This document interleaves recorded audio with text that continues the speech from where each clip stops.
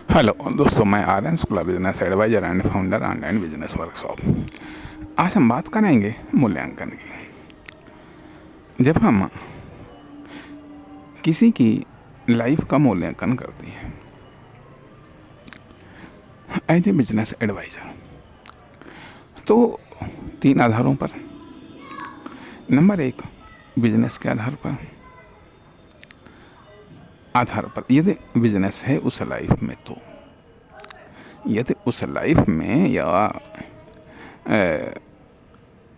उस लाइफ में कह लीजिएगा, अब या उस व्यक्ति, फर्म, दुकान, कंपनी, चाहे पार्टिकुलर बिजनेस हो चाहे पार्टिकुलर रेशियो बिजनेस हो, अर्थात जिसमें लाइफ है उसका जब हम मूल्यांकन करते हैं, तो एक तो बिजनेस के आधार पर, यदि बिजनेस है तो बिजनेस के आधार पर, यदि बिजनेस नहीं है तो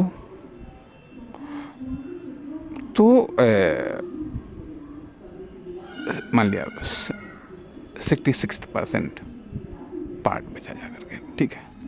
तो बिजनेस के आधार पर दूसरी चीज़ आती है कि इकोनॉमिक सेक्टर के आधार पर और लाइफ, जीवन के सेक्टर के आधार पर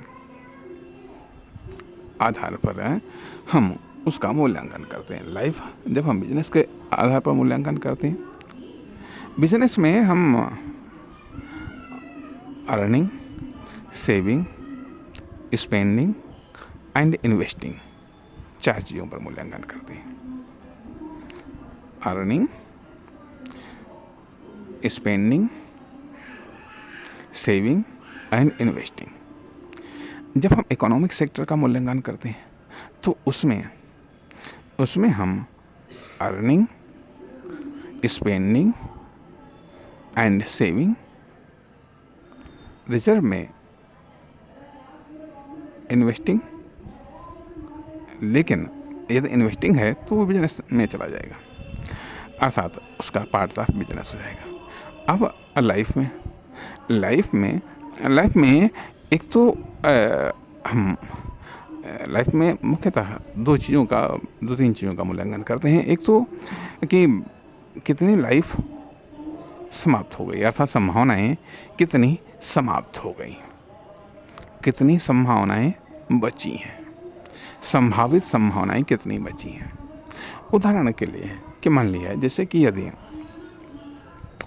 यदि हम व्यक्तिगत ह्यूमन लाइफ की यदि हम बात करें, तो उसमें मान लिया पता चलता है कि जैसे यदि 20 साल की उम्र हो गई तो 20 साल की संभावनाएं चली गई, वो बचपन या किशोरावस्था लगभग चली गई। बाकी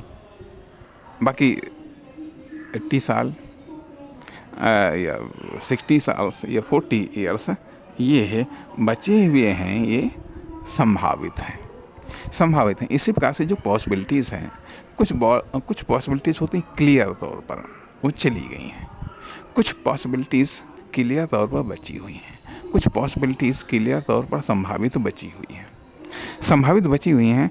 अब यह मूल्यांकन, ठीक है, यह मूल्यांकन जिसमें भी लाइफ है। अब ये ज़रूरी नहीं कि जिसमें लाइफ हो उसमें ये तीनों की तीनों सेक्टर हो। लाइफ है जिसमें, उसमें लाइफ तो है ही, बिजनेस सेक्टर नहीं हो सकता है, इकोनॉमिक सेक्टर भी नहीं हो सकता है। आखिरकार क्यों आखिरकार उसमें सिर्फ केवल ओनली लाइफ क्यों है, इकोनॉमिक सेक्टर क्यों नहीं है, या फिर कॉमर्शियल सेक्टर क्यों नहीं है, ठीक है। अब यह लाइफ तो मान लीजिए जो नेचुरल अर्थात ह्यूमन बॉडी में तो लाइफ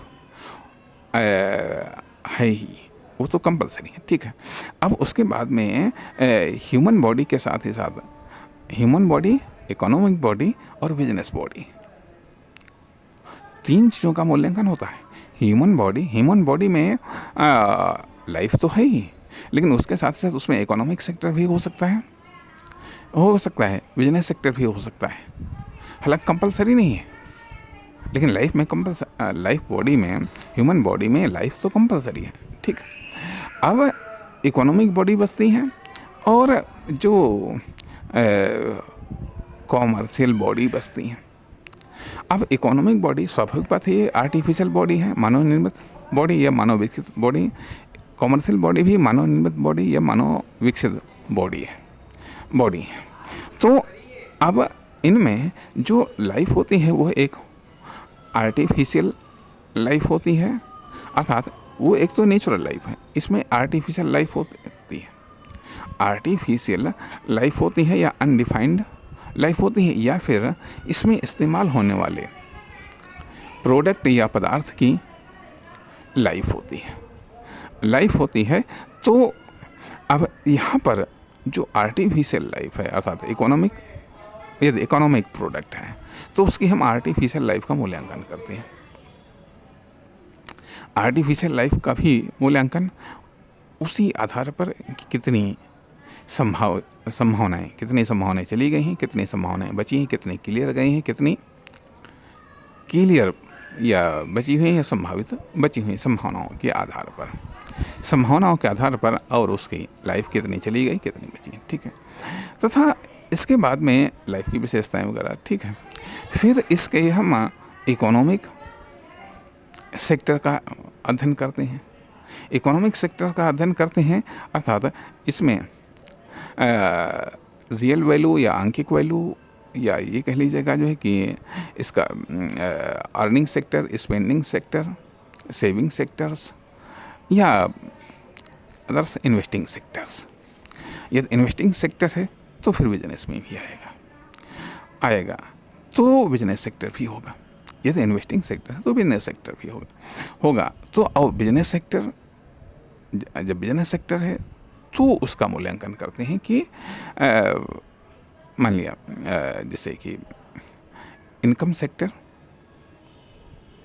मतलब अर्निंग सेक्टर इकोनॉमिक सेक्टर में भी, तथा income sector, spending sector, saving sector and investing sector,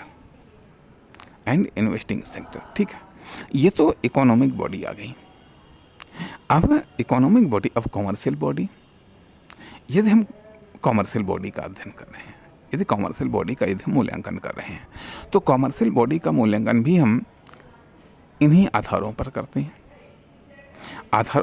हैं। उसकी रियल वैल्यू या उसकी आंकिक वैल्यू या जब इकोनॉमिक बॉडी का हम अध्ययन करते हैं तो उसकी हम मार्केट वैल्यू या प्राइस या उसकी मार्केट इम्पोर्टेंस।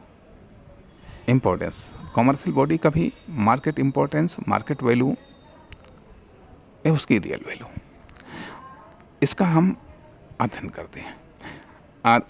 साथ ही साथ उसकी अर्निंग, उसकी स्पेंडिंग, उसकी सेविंग और उसकी इन्वेस्टिंग इसके आधार पर मूल्यांकन करते हैं। साथ ही साथ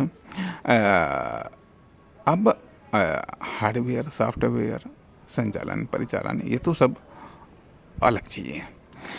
तो इस आधार पर अर्थात कॉमर्शियल बॉडी अलग हुई।